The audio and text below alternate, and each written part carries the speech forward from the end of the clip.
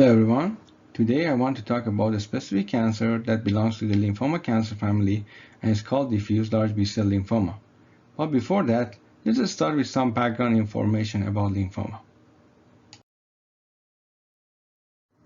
Both lymphoma and leukemia are cancer of white blood cells. Lymphoma, as its name shows, is the cancer of lymph nodes. In contrast, leukemia is the cancer of the cells in the blood and in our bone marrow. In our blood, we have different types of white blood cells that fight infection with different mechanisms. Two of those cells are called B cell and T cell.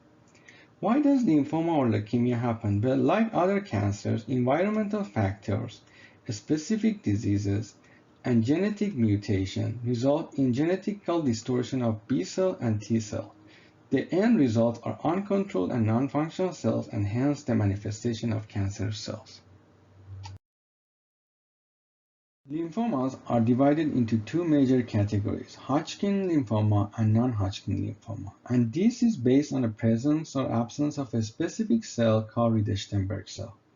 What is Riedel-Steinberg cell? Riedel-Steinberg cell is a specific mutated cell, usually a mutated descendant from B-cell lineage family that presents in the lymph nodes.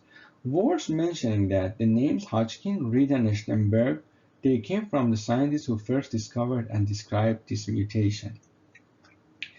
Based on the clinical presentation, tissue sampling or biopsy, and laboratory workup such as genetic evaluation and microscopic examination, two groups of the lymphomas are further divided into different types and subtypes. Lymph nodes enlargement is a common presentation of almost all lymphomas. Biopsy of the lymph node will help us with classification. The categorization or classification has been dynamically changed and continues to evolve.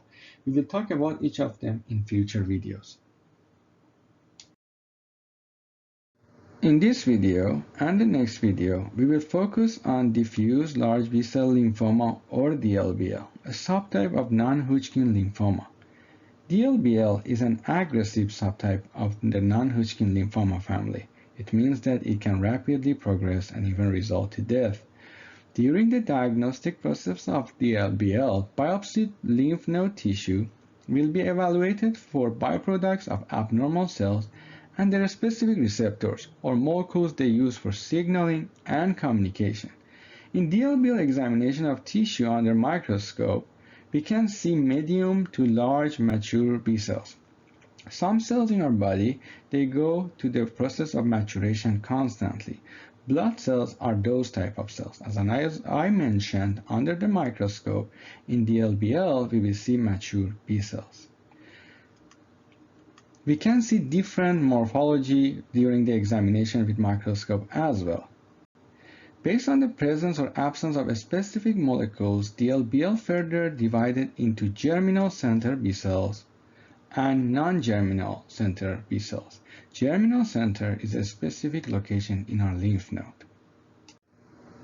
Before closing this lecture, I need to mention that in the case of leukemia and lymphoma, the strategies for treatment may include just monitoring, intent to control the disease, or cure depending on the disease types, subtypes, and other factors such as patient functionality.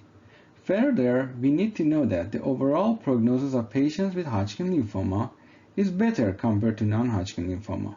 In the next video, I will discuss the treatment options, innovative therapies, and the common cause of death in patients with diffuse large B-cell lymphoma. Thank you for your attention, and I will see you in the next lecture. Bye.